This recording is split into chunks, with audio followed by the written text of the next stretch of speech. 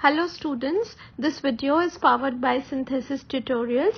So in the previous videos children, we were done till three exercises, that is 17A, 17B and 17C, and now that we are on to the last exercise, that is exercise 17D. So I'll be writing down here exercise 17D.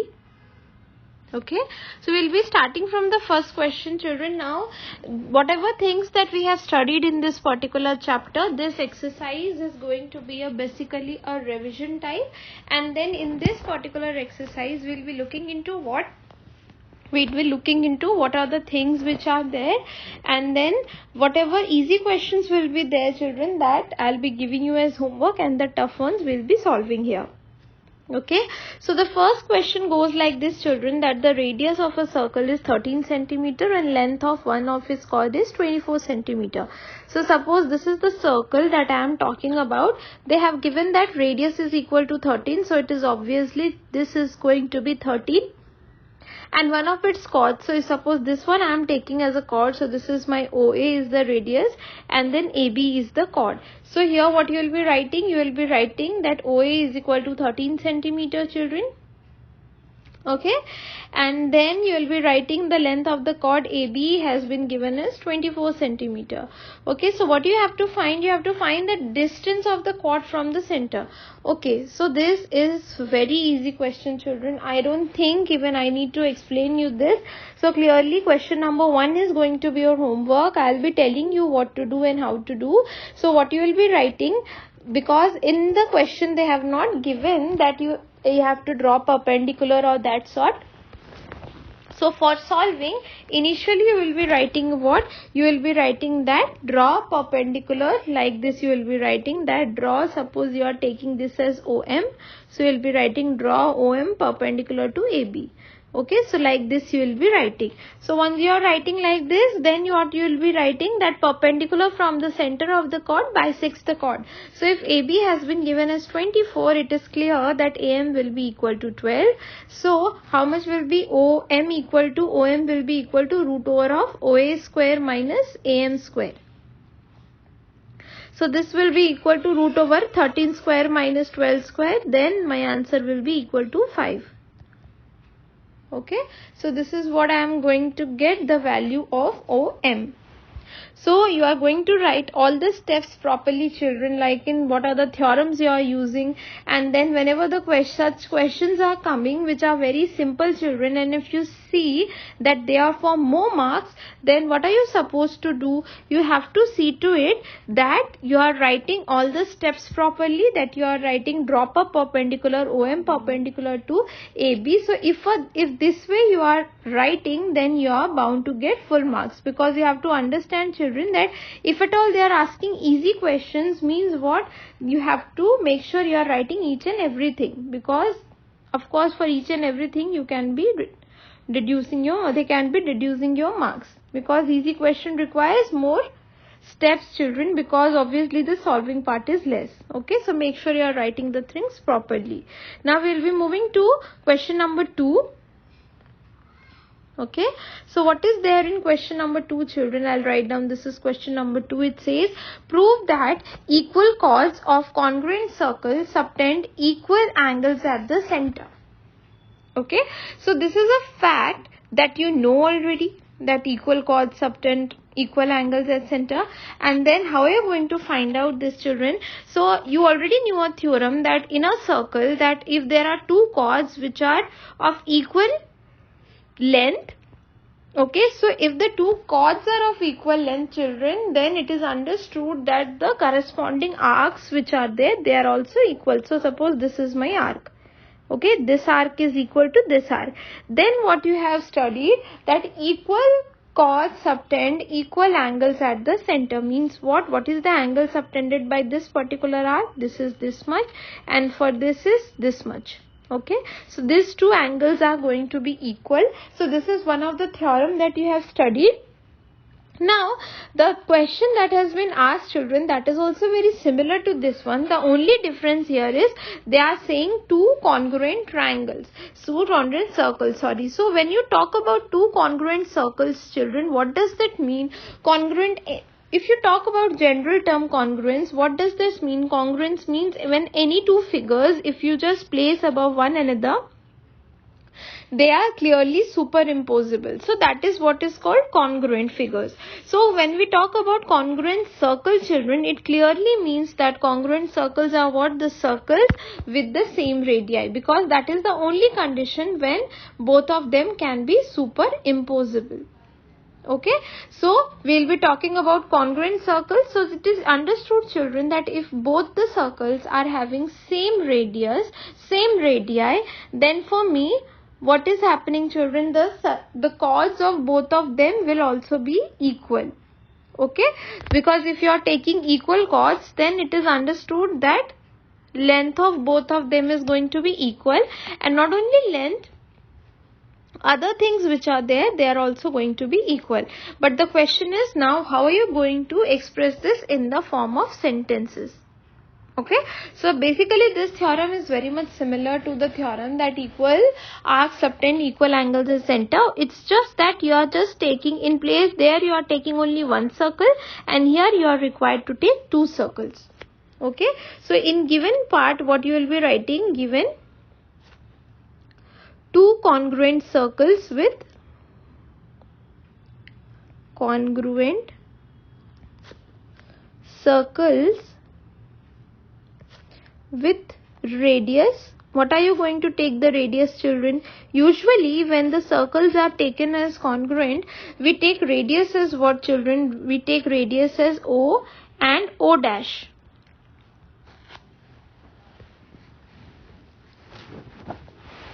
Okay, so these are the taking. And why do we take like that? Because just to differentiate both the circle, or otherwise both of them are equal only, since all the aspects are equal. Okay, so what do you need to prove now? With radius O and O dash respectively. So this is what I have been telling you, children, always, that learn to express your sentences properly. Okay, now given has been done, then you will be writing to prove. Okay, so what will you be writing in to prove? Okay, one more thing, you have to write down that two lengths of the arcs are also, chords are also equal. So for that I will be taking two chords. Suppose I am taking here AB.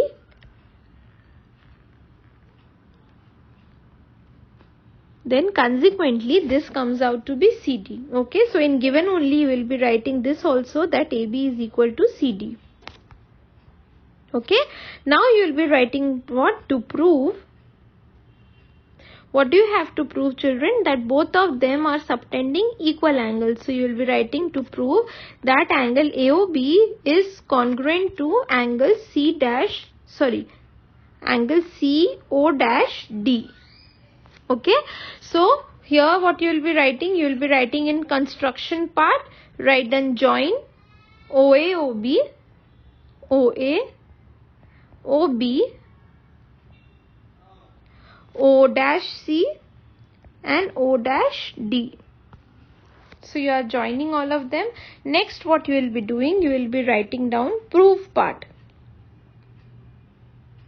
Okay, so it is understood, children, that if at all I want to prove that this angle is equal to this angle, then one of my method is, if at all I can prove both the triangles congruent.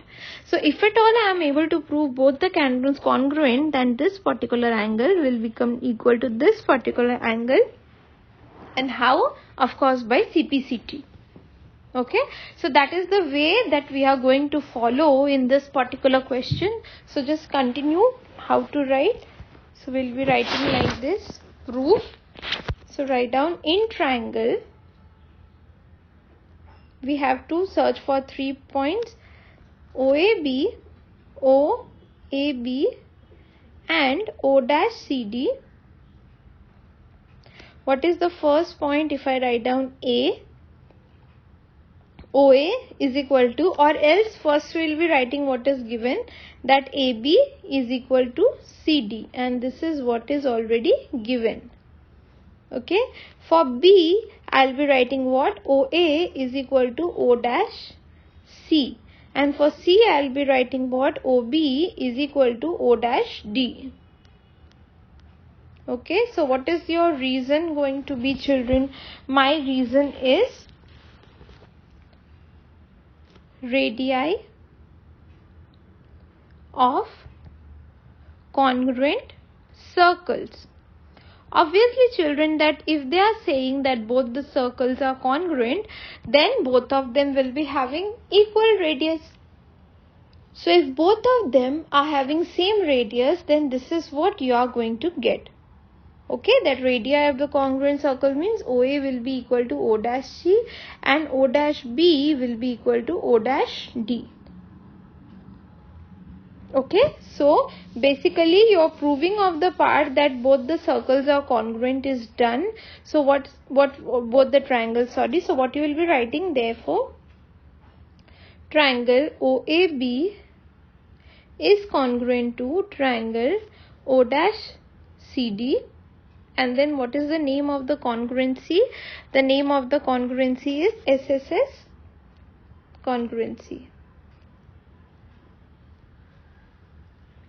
Okay, so this is the congruency that you are getting. Now what we are going to do next?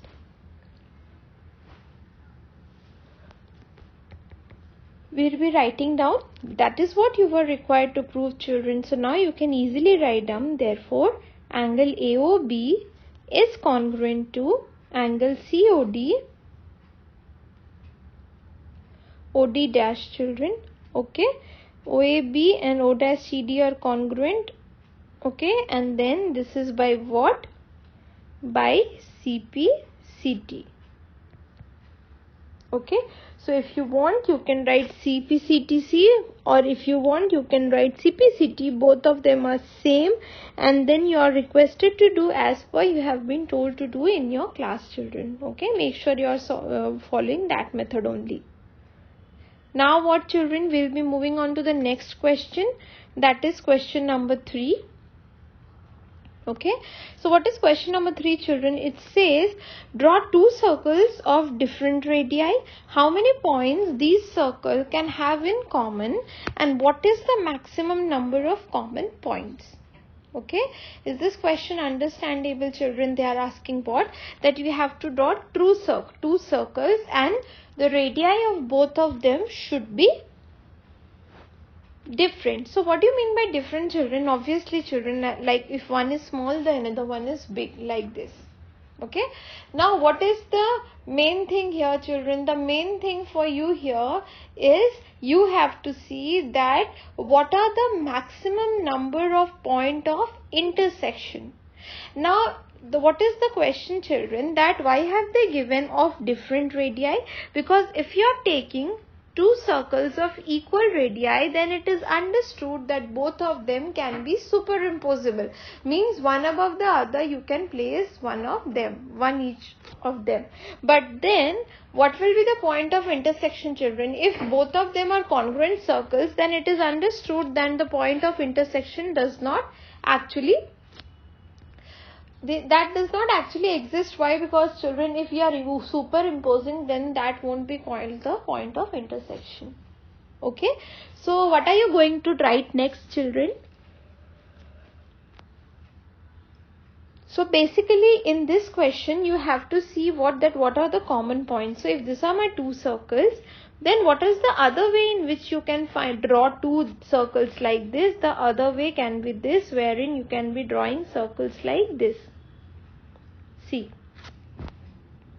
Okay, so clearly this is also a circle, and what can you see here, children? In this particular circle there is one point of contact, and what is one another way in which two circles of unequal radii can be drawn? It can be drawn like this. So apart from these three ways, children, if you search for any other way in which you can draw two circles of equal radii, you are free to express your answer, but practically this is not possible. More than this, we don't have any other way. Either both of them will not touch each other, or both of them will be touching each other at one point, or both of them they'll be touching each other in two different and distinct points. Okay, so this is what is question number 3 asking. So now what they are asking that draw 2 circles have been done. How many points these 3 circles can have in common? Okay, so our answers will be, for here if you see we have 0 point of intersection, means these 2 circles are not intersecting at all. So 0 point of intersection. And here I'll have what? Here I'll have 1 point of intersection.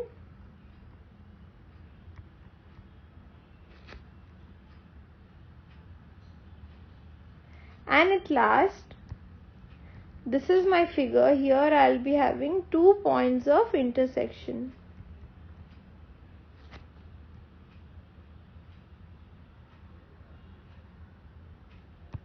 Okay. So these are the 3 conditions that you are getting, that the maximum number of intersection possible is 2. So this was the second question which was there. Now the third part of this question is, what is the maximum number of common points? So obviously you can see the maximum number of common points that we are seeing is actually equal to 2. One is this one and another one is this one.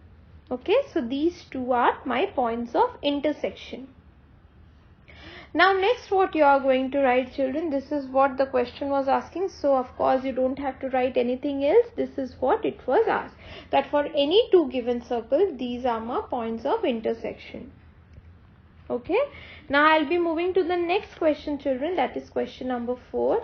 So here what they have been they have given that suppose I am having 2 circles.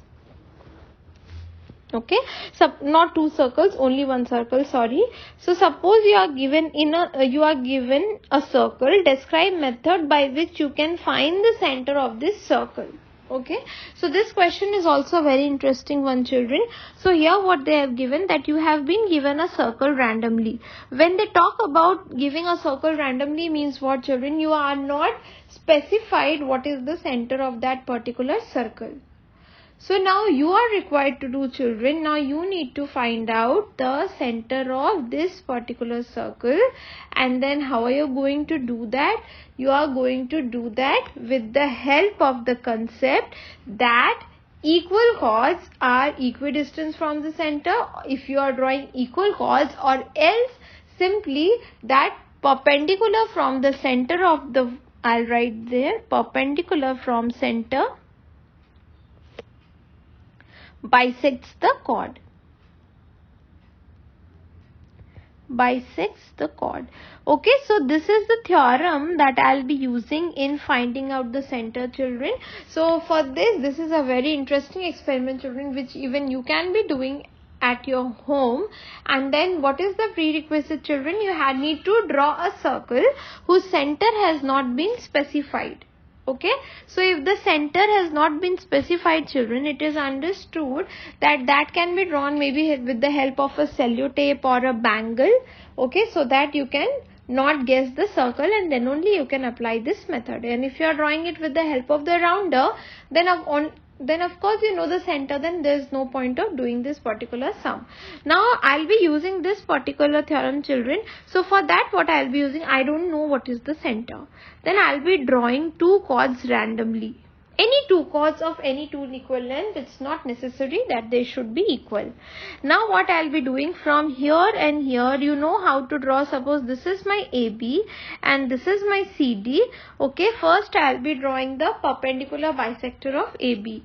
So how do you draw the perpendicular bisector, children? From A you are keeping a rounder here, you are cutting like this.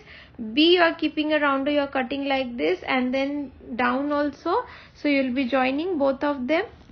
Similarly, you will be drawing for CD. So for CD is good like this and this, this and this, and this you are going to join. And the point where both of them are joining, the point of intersection of the perpendicular bisector of any two given points is going to be my center of circle. So you are free to take any chords, children, and then what is the concept actually, that from the center I know perpendicular bisects the chord. So here I am already taking perpendicular bisector. So one I will be extending, the other one also I will be extending, and then I will be getting the answer that where is the center of this particular circle. Alright. So in this way you will be doing this particular sum.